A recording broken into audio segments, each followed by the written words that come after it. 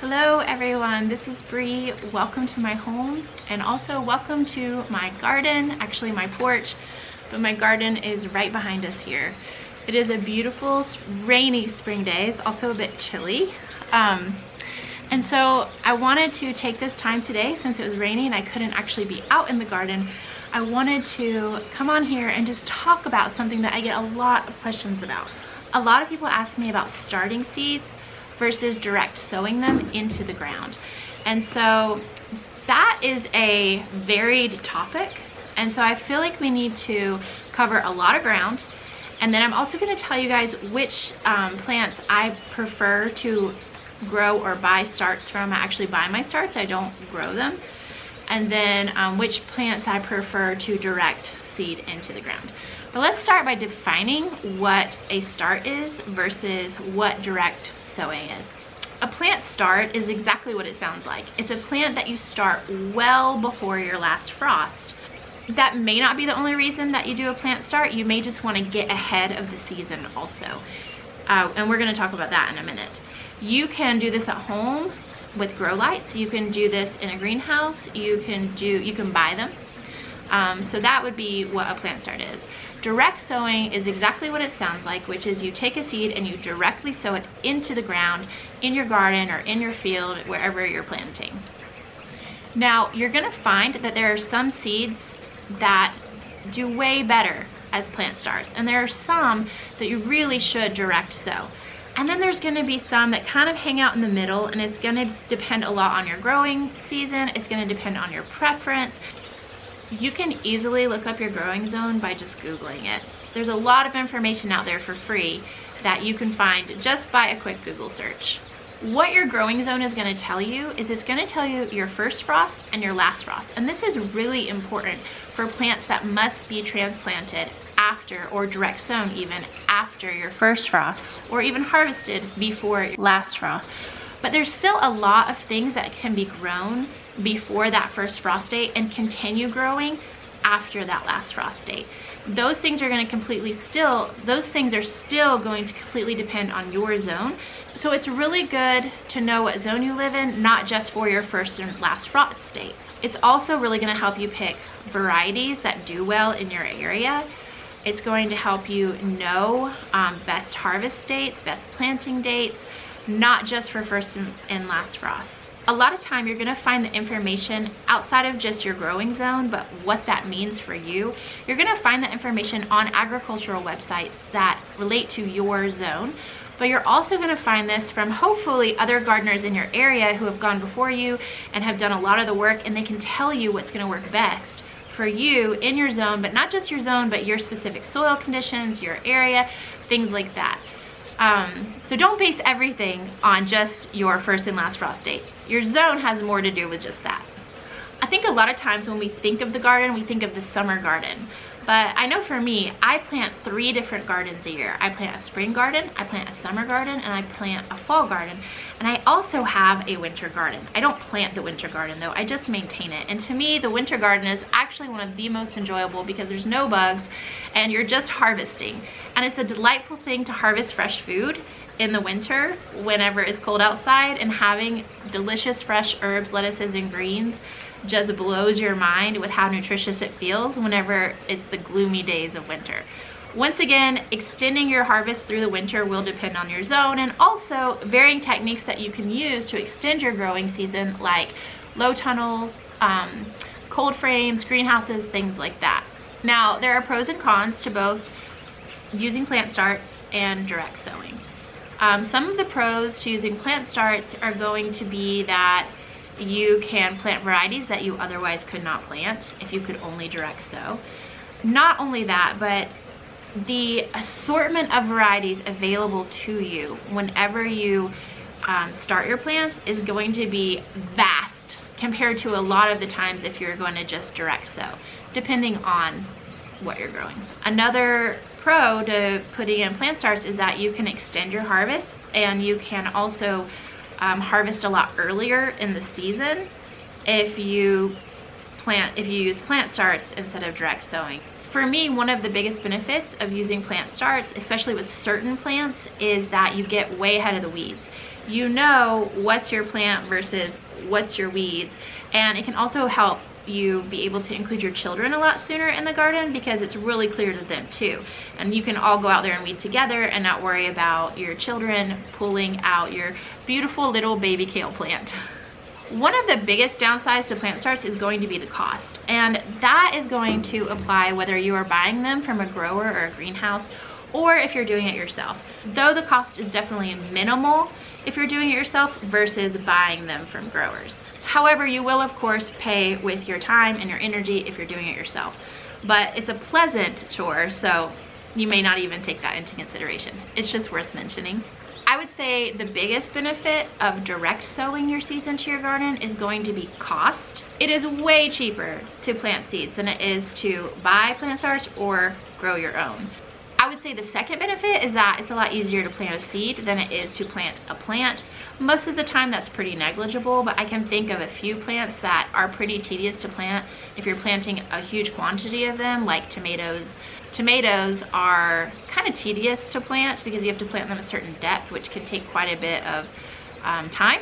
And so if you're planting 120 tomato plants, it would be lovely to direct sow a tomato plant, which I cannot do in my zone. Can anyone do that in their zone? Probably somewhere. But there are things like that, that just putting a seed in the ground is just so much easier than putting a plant start in. Okay, that was just a really quick overview of the definition of a plant start and direct sowing, some of the pros and cons. I'm sure there's more. Y'all could list them below if you'd like. And just some clarity on growing season and why knowing your zone isn't just beneficial as far as like your first and last frost date. There's a lot that goes into knowing your zone, or there's a lot that you can learn from knowing your zone. Okay, speaking of zones, I am in zone 7A. Now, before now, I have been in zone 6A, 6B. We were kind of in microclimates, so we were up in the mountains, we were in a holler, so there was a lot of figuring out what actually did work in our little microclimate. But now I am in 7A.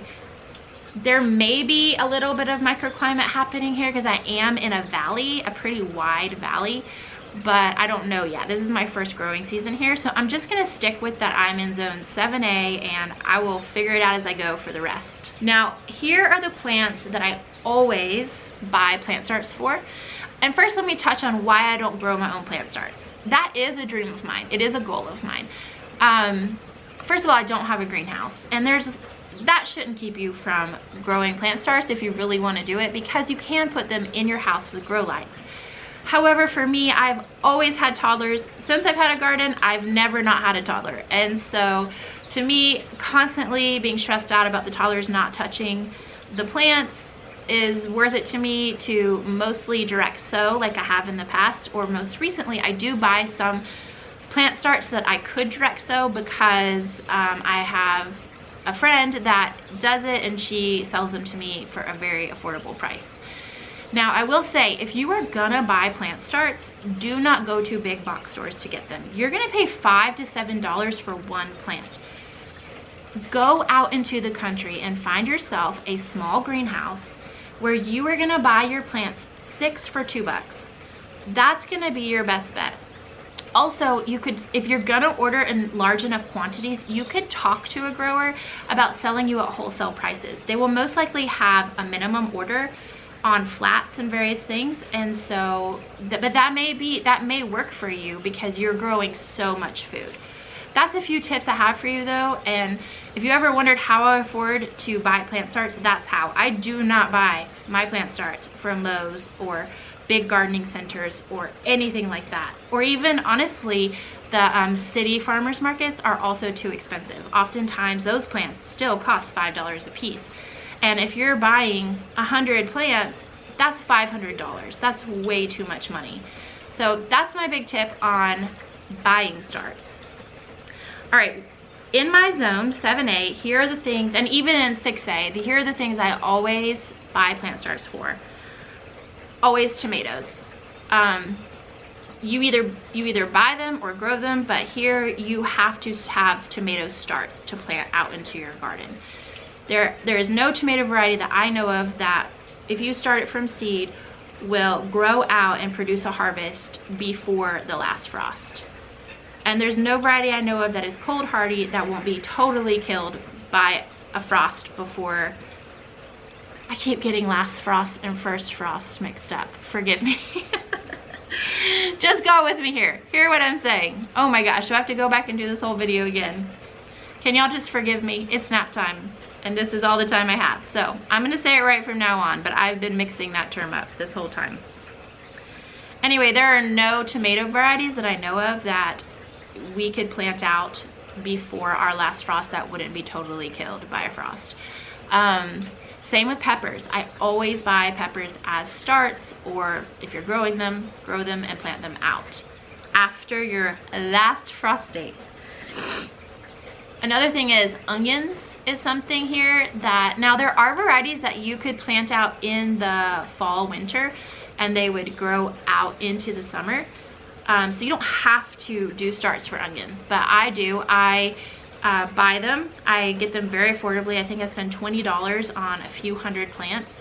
And onions are also something you can very easily start in your house. And then there's other methods too besides grow lights. There's like little greenhouses people make with like gallon milk jugs and things like that. Onions are a good thing to try to start yourself. However, I get them, hundreds of them for $20 or less, and so I just go that path and I always plant mine out. What's really cool though is that onions are cold hardy, and I'm going to be planting onions this week, and it's March 22nd today. I could have actually already planted them last week.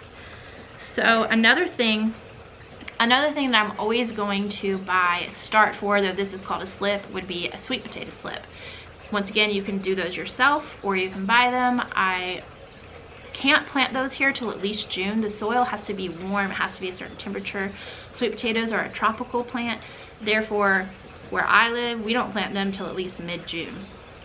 And lastly, I always buy starts for melons. Now I have not been super successful at growing melons, a little more successful at cantaloupe over watermelon.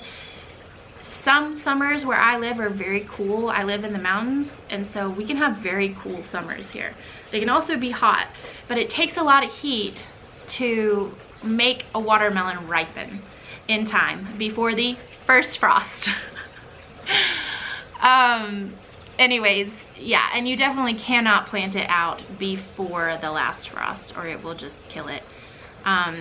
So I definitely always use plant starts for melons. Now, I'm going to tell you the things that I always direct sow. In the spring, I will always direct sow, of course, potatoes, radishes, carrots, snow peas. For various reasons, I direct sow those. Now, snow peas you could do plant starts for. I just don't see the reason why you would. It would be so vastly expensive to grow enough to get a harvest that I don't see why you wouldn't just use seeds when seeds do perfectly fine.